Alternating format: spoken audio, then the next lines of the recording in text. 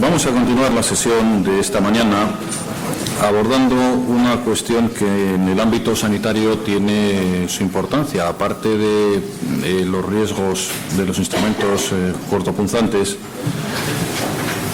hay algo menos conocido en el exterior, pero que en el ámbito sanitario sí tiene su peso, que es la preparación y manipulación de fármacos peligrosos. Para ello contamos con Pablo Martín, del Servicio Gallego de Salud, que será la persona que va a abordar esta cuestión. Buenos días. Lo primero, agradecer a Osalan esta invitación a los cursos de verano y, bueno, pues contaros mi experiencia en este campo, en el campo de los citostáticos y las medidas de prevención, la seguridad que debemos de tener para manejarlos. Hay un documento que no sé si lo conocéis, supongo que sí, es agentes químicos en el ámbito sanitario, y bueno, pues como este curso está orientado hacia lo que son los agentes químicos, pues este fue un documento en el que pues participamos de diferentes sitios, diferentes comunidades, y donde se intentó recoger toda aquella información que en el año 2011, que fue cuando se publicó, entendimos que era relevante desde el punto de vista de agentes químicos en el ámbito sanitario. A mí pues me dieron la oportunidad de hacer el capítulo 2, el de agentes citostáticos, y bueno, pues mucha de la información que os voy a contar, así como todo aquello pues que con un cierto nivel de actualización, porque esto es de hace 4 años, pues podéis consultar, que tenéis a vuestra disposición, es una descarga libre. Legalmente tenemos una serie de referencias, estamos hablando de una serie de fármacos que pueden originar un daño a la salud, y por tanto a estos efectos aplicaríamos el Real Decreto 665, que es el Real Decreto, como sabéis, de cancerígenos, que fue modificado para luego aplicar a lo que son mutágenos y tóxicos para la reproducción, el Real Decreto 374 de agentes químicos, y como estamos dentro del ámbito sanitario, pues aplicaríamos también el Real Decreto 1616 del 2009 de producto sanitario y medicamentos, el 29 del 2006. Hay una particularidad, que el Real Decreto 665 de cancerígenos, dentro de lo que sería su ámbito de aplicación, no incluye específicamente los fármacos. De todas formas, si vamos a lo que es parte de su articulado, nos dice en el artículo 5, apartado segundo, siguiendo lo que son las directrices generales de prevención de riesgos, que cuando evidentemente el fármaco no lo podemos estudiar, no podemos eliminar el riesgo, vamos a tener que utilizar estos fármacos. Entonces debemos de utilizarlo empleando sistemas cerrados. Esto es lo que nos dice el artículo 5 en el apartado segundo. Y en el apartado tercero nos dice, pues si no es técnicamente posible, si no existe un sistema cerrado, pues garantizar la exposición al mínimo posible. Este principio general lo tenemos... No es fin de la presentación todavía. Nos hace una referencia a la guía técnica. La guía técnica sí que es la primera referencia que tenemos a que todos aquellos fármacos cuyas propiedades toxicológicas nos indiquen que son cancerígenos o tóxicos para la reproducción, pues lógicamente deben de seguir la aplicación de las medidas de prevención que recoge la legislación. Dentro de este ámbito legal vamos a tener unas áreas de exposición, es decir, zonas donde muy frecuentemente se van a manipular y zonas donde de una manera más infrecuente vamos a tener exposiciones puntuales. De manera frecuente, lo que sería la preparación de dichos fármacos en el servicio de farmacia y su administración en lo que serían los hospitales de día, oncohematológicos, y en las plantas donde se administran a los pacientes que se hospitalizan. La reducción de la hospitalización para el tratamiento es una práctica cada vez más habitual, con lo cual todo se centra más en lo que serían los hospitales de día, y en este sentido va creciendo mucho el hospital de día reumatológico, es decir, hay mucha terapia en reumatología que cada vez se está utilizando más fármacos citostáticos como el metotrexato y algún otro. Y después, ya de forma más infrecuente, pues tendríamos en los centros de salud la administración ambulatoria subcutánea, como ya os digo, más que en terapia oncológica, en terapia reumatológica, La terapia intraperitoneal, que se hace en quirófano de forma hipertérmica, es decir, pues hay que calentar el fármaco a 40 grados. La terapia intravesical con el mitomicin en urología, la intratecal, intraarterial y la intratumoral, así como la administración tópica, y la última tendencia es intentar ir creciendo en administración oral. Cada vez se intenta evolucionar más hacia la terapia oral. Hemos de tener presente, como todos sabéis, las 4 vías de entradas.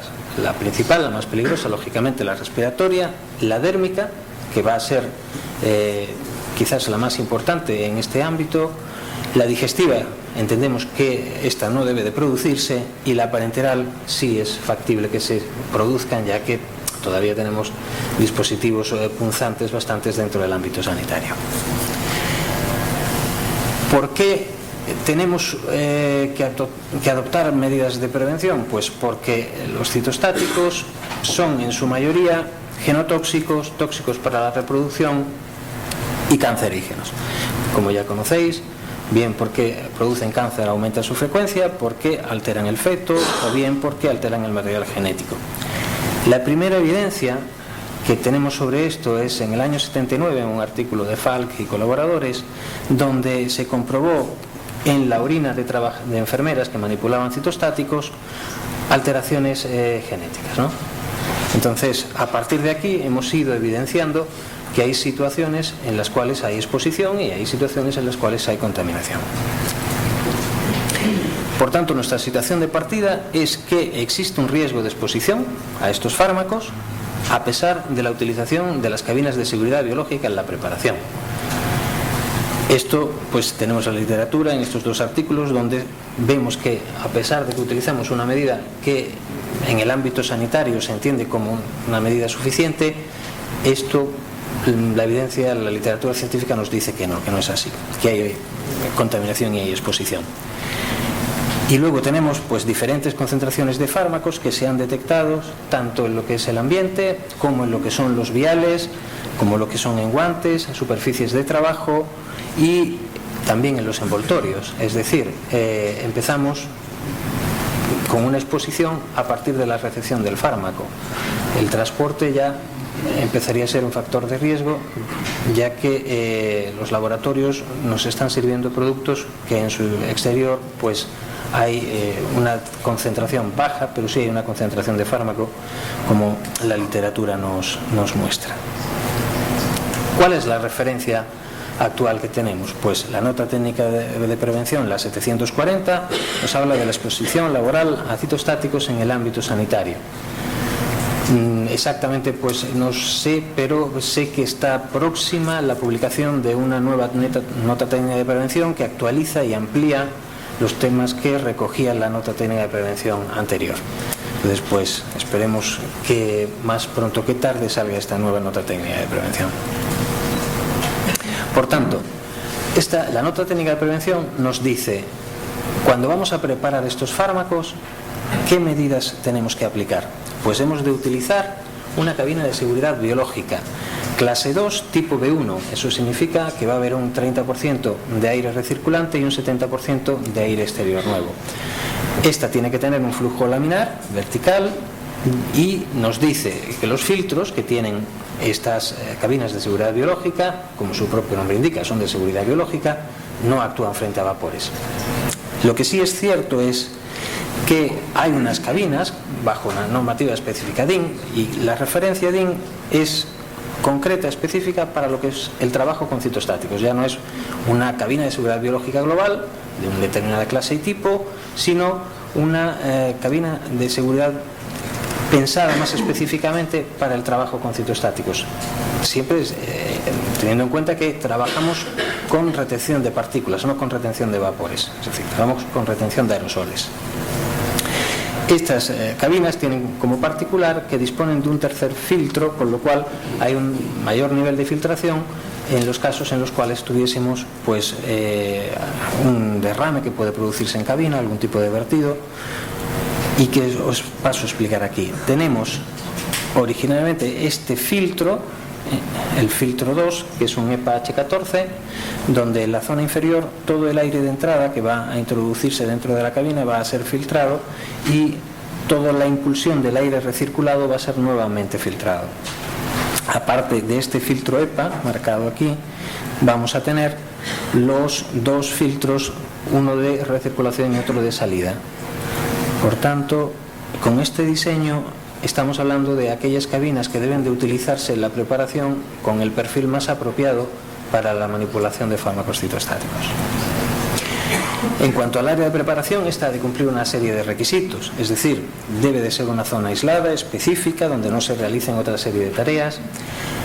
Debemos de tener pues unas zonas separadas, donde esta sería la entrada. Esto entra dentro un poco de la filosofía de lo que se conoce como salas blancas. El nombre, la nomenclatura de sala blanca está más orientado desde el punto de vista de la farmacia a lo que se referiría hacia la esterilidad. Claro, nosotros tenemos que verlo desde el punto de vista de la prevención de aquellos trabajadores que están preparando y que por tanto la esterilidad debe conjugarse con lo que sería la protección del trabajador. En este caso tenemos una diferencia de presión, con lo cual en el caso de que hubiese pues contaminante en el medio ambiente no saldría de la zona. Tendríamos la situación de las cabinas y una zona de transferencia, una esclusa con ambas puertas que lógicamente no deben abrirse nunca al mismo tiempo. Es importante que esta zona de esclusa sirva para que los trabajadores solamente accedan a aquellos que están autorizados, es decir, aquellos que tienen conocimientos, que están formados y que saben aquello con lo que están trabajando.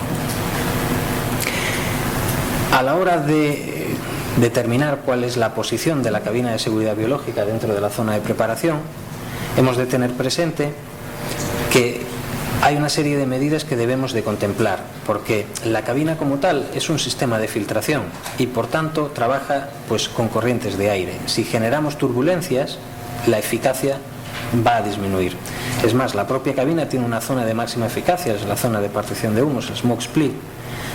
Lo que sea trabajar fuera de esas zonas, lógicamente estamos reduciendo la eficacia de filtración. Por tanto, como también, pues por desgracia, el número de tratamientos que se preparan a diario es superior. En el caso de la farmacia nuestra, pues estamos hablando pues más de 100 pacientes diarios que se tratan en el hospital de día oncomatológico. Esto nos lleva a un incremento de la necesidad de preparar fármacos y por tanto aumentar las cabinas de preparación. Esta es una situación, pues es común en muchos hospitales, es decir, vamos a tener que poner otra cabina. A la hora de poner esa otra cabina hemos de tener en cuenta esta serie de aspectos, es decir, debe existir una separación en función de la colocación donde la queramos colocar, porque o si no se van a originar turbulencias y estas turbulencias van a afectar al rendimiento, a la eficacia de la propia cabina. Desde el punto de vista de cuál es la distancia que tiene que haber con respecto a un paramento, la circulación de personas, la presencia de puertas, todo esto va a afectar al funcionamiento, al rendimiento de la cabina y en el diseño hemos de tenerlo presente. ¿Qué aspectos son importantes para el personal de enfermería que trabaja en el área de preparación? Pues es esencial la formación. Este personal no solamente debe estar preparado, formado, cualificado para manipular unas dosis, ya que lógicamente un error de dosis conlleva un riesgo importante para el paciente, sino que la manipulación del fármaco no debe suponer un riesgo para la persona que lo manipula. La vigilancia de la salud, que en este caso es obligatoria, esto es lo relevante, es decir, no nos vamos a encontrar con el problema de si el trabajador quiere o no quiere hacer. En el caso de trabajadora que manipula fármaco citostático, vigilancia de la salud obligatoria, antes del inicio, de forma periódica, tras una exposición accidental aguda, lógicamente tras ausencia prolongada y en el momento de dejar el trabajo. Y disponer de instrucciones de trabajo, es decir, que tengamos unas instrucciones donde el trabajador pueda consultar en cualquier momento pues cuáles son las medidas, tanto al comienzo de los trabajos, porque estamos hablando que en el ámbito sanitario pues hay movilidad de personal, hay contrataciones en verano, es necesario que exista una serie de instrucciones de trabajo incidiendo en aspectos como no bloquear la salida del aire, solamente introducir aquel material, es decir, dentro de la cabina no puede haber infinidad de cosas, porque lógicamente la circulación del aire para el cual está previsto va a perder su eficacia. ¿Dónde vamos a colocar? Es decir, no puedo colocar fármacos, ni sistemas, ni calculadoras, ni cuadernos de notas, pues pegando con los laterales. Tiene que haber una separación mínima de 8 centímetros o 10 centímetros con respecto al frente de la cabina. Y una vez que al comienzo de los trabajos hemos introducido todo el material que inicialmente pensamos que vamos a utilizar, pues esperar 2-3 minutos para que se normalice el flujo de extracción en la cabina. Pues es importante, como nos marcaba la guía técnica sobre agentes cancerígenos, el empleo de sistemas cerrados. Aunque la guía técnica es anterior, este concepto de sistema cerrado en el ámbito sanitario surge por primera vez en el año 2004 en el documento de la NIOSH, el Preventing Occupational Exposure to Antimicroplastic and Other Hazardous Drugs in Healthcare Settings. Es la primera vez donde se le da una definición a sistema cerrado y se define como un sistema de transferencia que impide de una forma mecánica, fijaos bien, la primera referencia siendo la NIOSH, a que los contaminantes exteriores pasen dentro y a que no se produzca una salida, una fuga, ni del fármaco peligroso ni de concentraciones al exterior.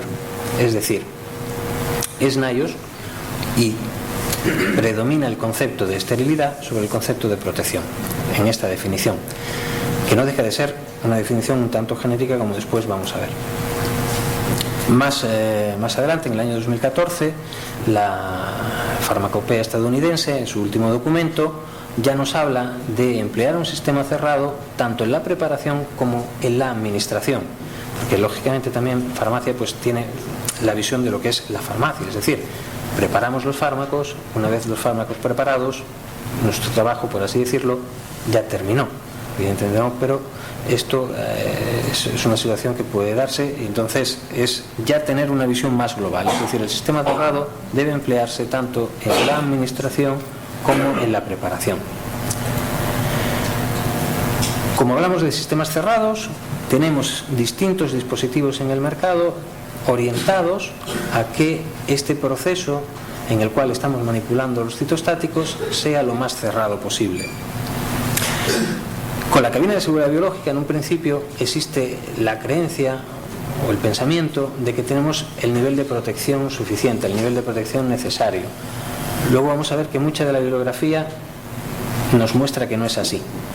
Entonces, por eso es de relevancia el que los sistemas cerrados, tanto desde un punto de vista normativo como desde un punto de vista de evidencia científica, los vayamos empleando cada vez más.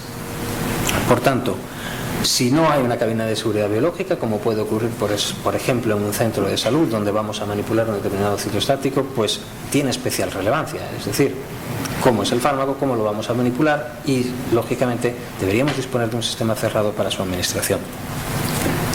En el artículo de Spivey Connor, donde hace una comparación entre lo que son los sistemas tradicionales y los sistemas cerrados, se ve la eficacia, la reducción que se produce utilizando unos sistemas u otros.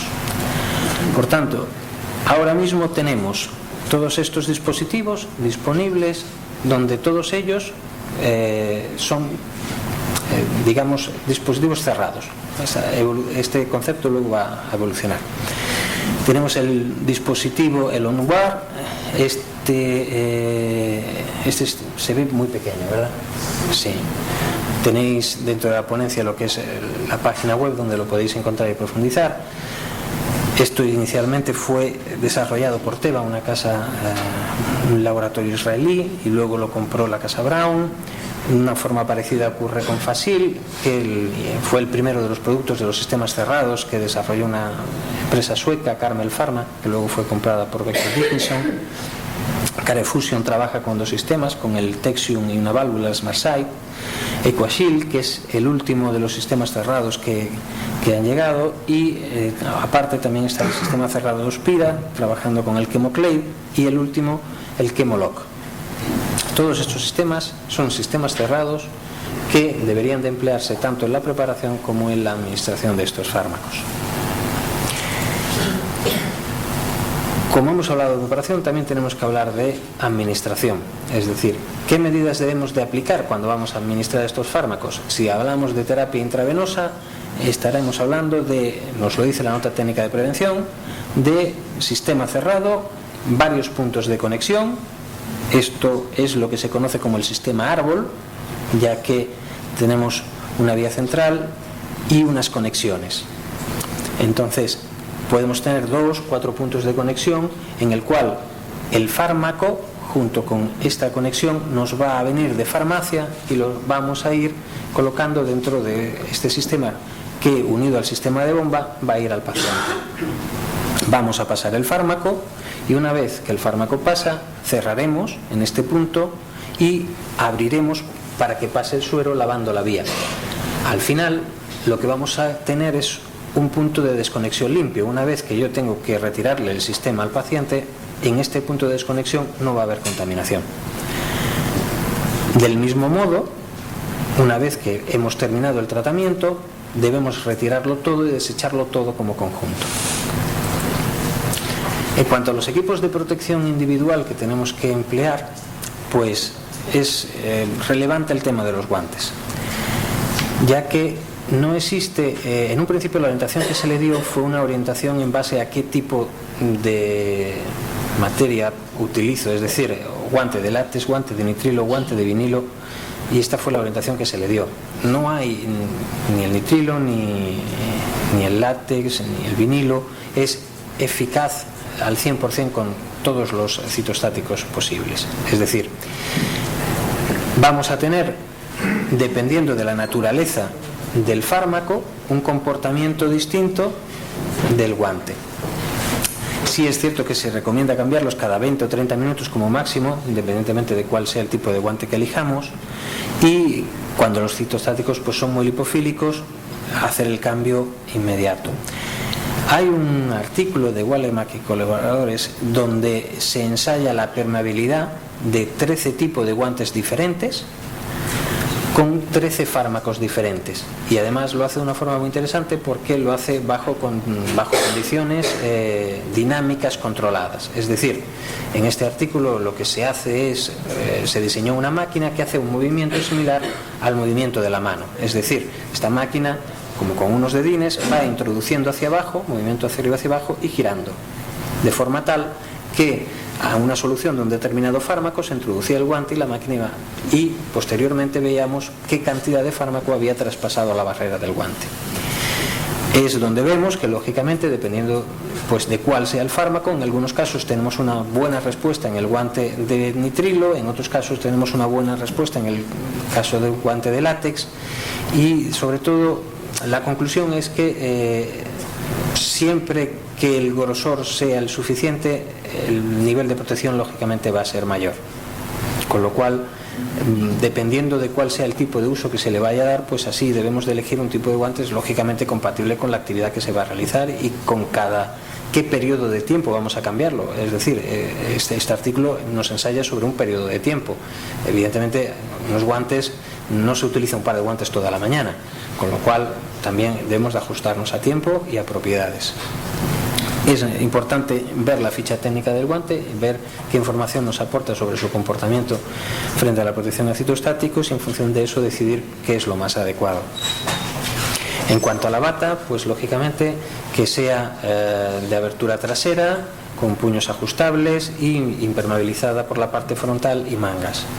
Gafas utilizaremos en el caso de que se produzca un derrame o cuando encontremos una determinada situación en la que pensemos que puede haber proyección, como en el caso de un paciente agitado o alguna situación similar a esta. Y en cuanto a las mascarillas, estas lógicamente serán indispensables si trabajamos si trabajamos sin cabina de seguridad biológica y siguiendo la norma MT9 o CENP3, que según la normativa, la EN 149 en 2001 y luego en su última posterior actualización en la 2010, nos hablan del marcado que más se conoce como la FFP3. Esta sería la mascarilla adecuada para utilizar en la protección frente a citostáticos. Si estamos ante un derrame, pues lo recomendable es que tengamos lo que se define como el kit de derrames, es decir, ante una situación puntual, ante una situación que evidentemente no tiene frecuencia, sino que va a ocurrir de manera muy puntual, es conveniente que en un único, digamos, en una única caja o en un único maletín tengamos todo el material necesario para actuar ante ese derrame. Por tanto, en este kit lo que tendríamos, pues, por un lado, lo que son las calzas, el gorro, gafas, mascarilla, un recogedor, porque podemos estar ante trozos de vidrio que tendríamos que recoger y evidentemente, pues, aunque sea con guantes no debemos utilizarlo. Doble par de guantes, es lo que dicen todos los procedimientos para en caso de derrames. La bata, bien absorbente de un tipo o de otro, es decir, o bien en tipo gas o bien en sustancia absorbente. La bolsa en la cual vamos a recoger todos estos residuos que son citotóxicos. Un procedimiento escrito, que es lo que yo he hecho aquí en falta en esta foto, es decir, una vez que se produce el derrame, tenemos que delimitar la zona y luego actuar. Una vez que está en esa zona está delimitada, no va a salir corriendo. Sepamos primero lo que vamos a hacer, en qué orden, y después actuemos. Esto también es importante.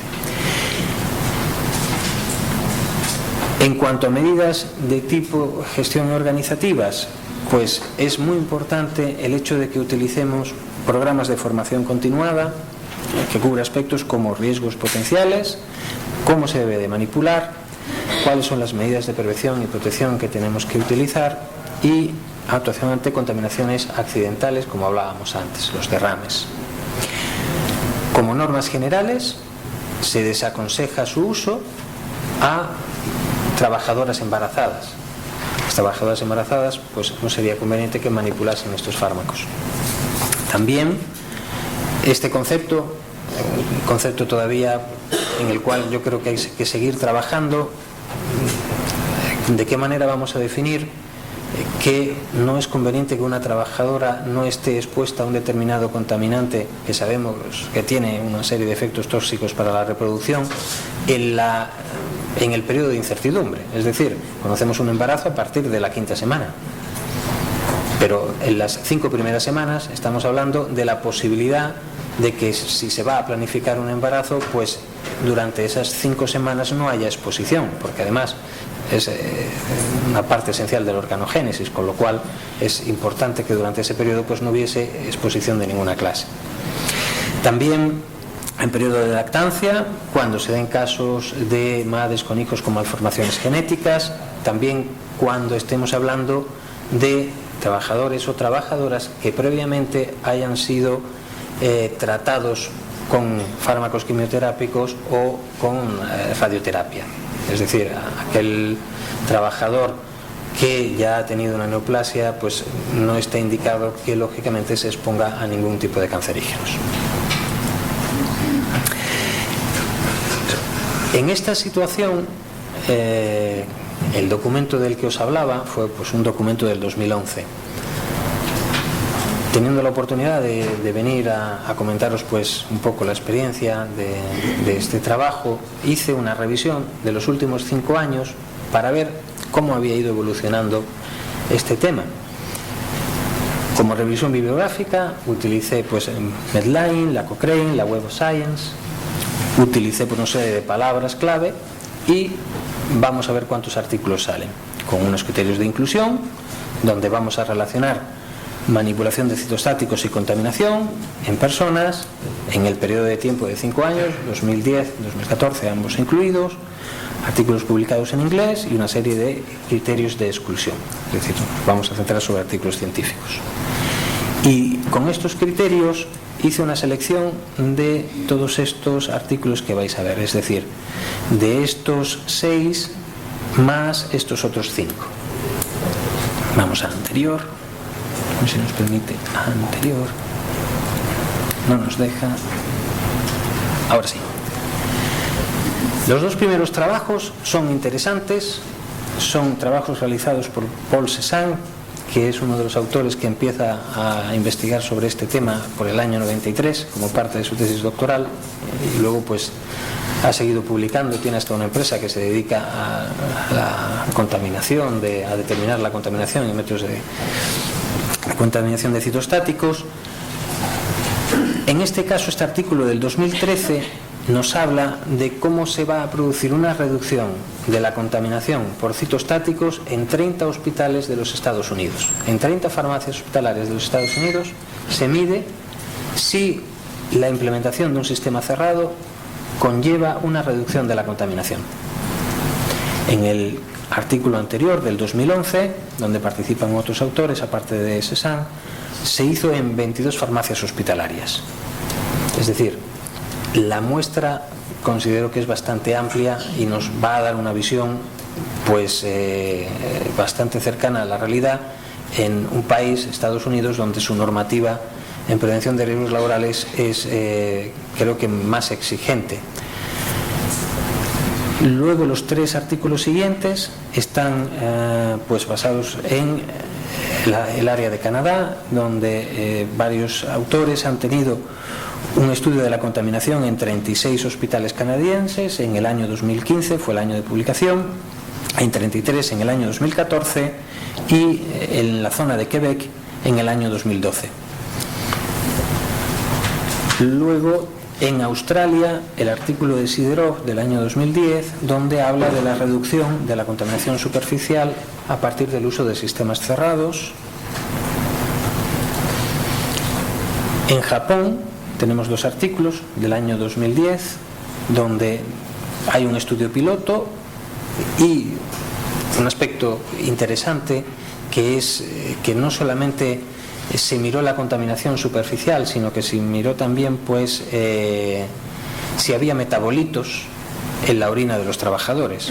Es decir, yo puedo tener contaminación superficial si tengo unos EPIs usados adecuadamente, pues entiendo que no debe estar produciéndose exposición.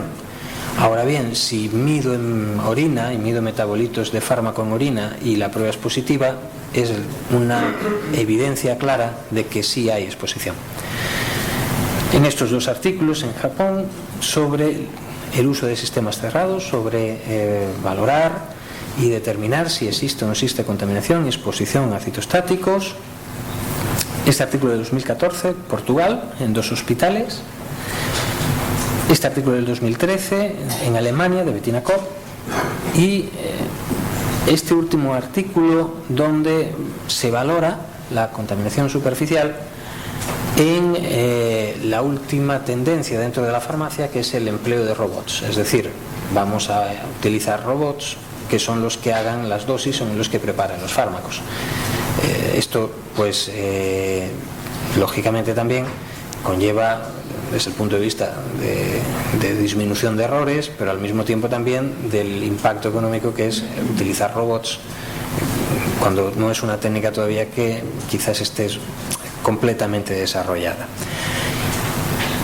Es decir, en estos sistemas robóticos también se evidencia que hay contaminación. Por tanto, como conclusiones de esta revisión de los últimos 5 años, podemos decir que sigue habiendo contaminación en espacios de trabajo, tanto en la preparación como en la administración. En todos los casos, todos los artículos que habéis visto referenciados, se encuentra contaminación o en la cabina o en el suelo frente a la cabina, o en las mesas donde se depositan temporalmente los fármacos antes de ser llevados a las zonas de administración, o en la antesala, o en las zonas de almacén. ¿Qué es lo que podemos decir? Pues que no solamente se han hecho pruebas, como se veía en algunos de los artículos, con un único fármaco como la ciclofosfamida, sino que se han hecho con varios fármacos. Así vemos que los niveles de concentración son muy amplios, van desde los 1,69 nanogramos por centímetro cuadrado, como os decía, son medidas de contaminación superficial, hasta los 4,78 microgramos por centímetro cuadrado. ¿Cuáles son los fármacos más comúnmente encontrados? Pues la ciclofosfamida, el 5-fluoracilo, el cisplatino. Y también, como conclusión, podemos decir que el sistema que se ha demostrado más eficaz para reducir la contaminación, en algunos casos con reducciones de hasta el 95%, es el sistema cerrado de transferencia. Es decir, muchas de estas experiencias era forma de, digamos, convencional, forma usual de trabajo. Introducimos un sistema cerrado, vemos cómo la contaminación superficial se va a ir reduciendo a mayor paso del tiempo. Como os decía, el concepto del año 2004 del documento de NIOSH sobre sistema cerrado hacía hincapié sobre lo que era la contaminación del fármaco, más que sobre la salida del fármaco al exterior y el consiguiente riesgo que puede conllevar para la salud de los trabajadores. Por tanto, de una manera más reciente, en el año 2013, la FDA ha desarrollado un código específico que es el código ONB. Es decir, desde esta situación de partida, con posterioridad, la farmacopea estadounidense en su documento 797 ya habla del uso, la ISOP, que es la Asociación Internacional de Farmacia, la Asociación Estadounidense de Farmacia Hospitalaria, la OMS, que es la Sociedad de Enfermería Oncológica, Oncology Nurse Association, finalmente nos lleva a la FDA al código ONB. Es decir, estamos hablando de un código específico para los sistemas cerrados. La FDA va a pedir una serie de información que garantice no solamente que el fabricante diga este es un sistema cerrado, sino que lo acredite. Presentemos estudios donde usted pues se vea que existe ese procedimiento mecánico de contención, de retención del fármaco. Y finalmente, si se utiliza este sistema cerrado, pues que haya una literatura suficiente que demuestre que se reduce la contaminación frente al sistema tradicional. Cuando se cumplen todos esos requisitos, la FDA va a conceder su marcado ONB. Es decir, frente a todo lo anterior que vimos, todos los productos que tenemos disponibles que nos dicen que son sistemas cerrados, no todos tienen el código ONB. No todos cumplen los requisitos que a día de hoy la FDA exige desde el punto de vista de, como definición, reconstituir, transferir citostáticos y otros fármacos peligrosos para reducir la exposición del personal sanitario. Esto ya no nos habla de si el fármaco se contamina o no, sino nos habla específicamente de lo que nos ocupa, de reducir la exposición del personal sanitario. Y el código que utiliza es el 510. Como ejemplo, os voy a hablar de uno de los sistemas que utilizamos en el hospital, que es el sistema FASIL. Este sistema es un sistema cerrado y con marcado ONB. Tiene, a ver si nos lanza una parte formativa que es interesante.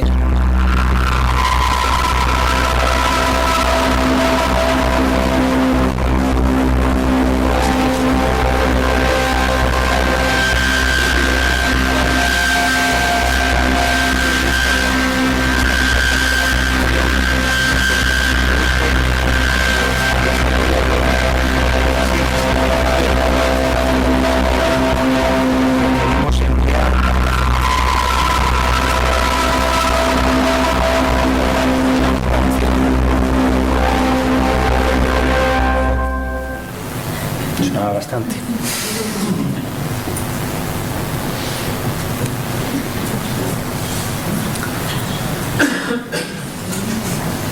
Ya termino.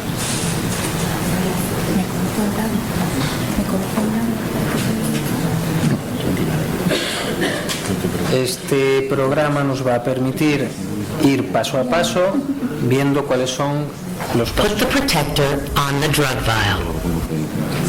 Una vez que se coloca el primer dispositivo, Draw air or diluent into the syringe. Attach the injector to the syringe. Connect the syringe assembly to the protector.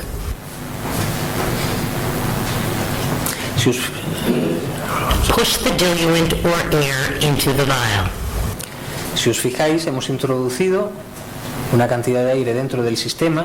Lógicamente eso generaría una presión positiva, es un paso en el cual se generarían aerosoles y quedan contenidos dentro de esta cámara de aire en el que el sistema de contención, el sistema cerrado, queda garantizado siempre y cuando se mantenga pues esta cámara de aire intacta.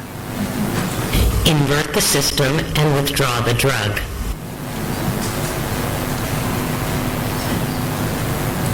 Disconnect the syringe assembly from the protector.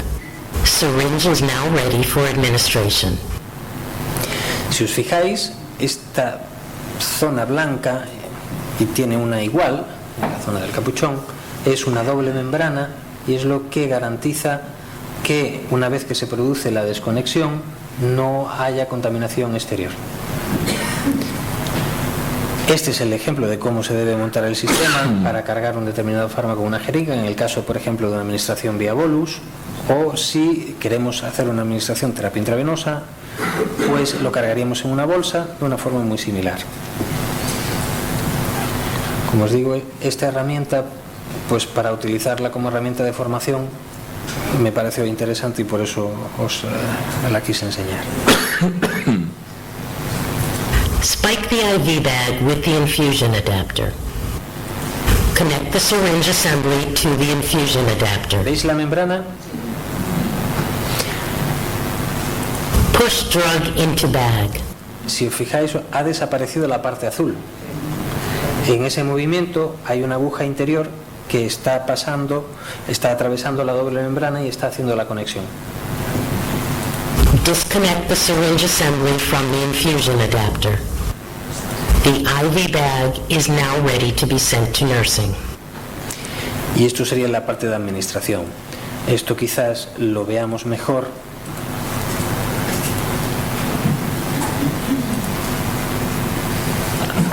Bueno, pues los vídeos.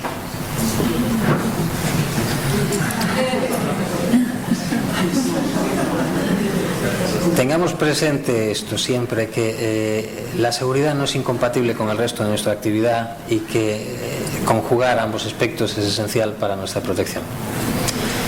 Nada más que hablar mal de tiempo.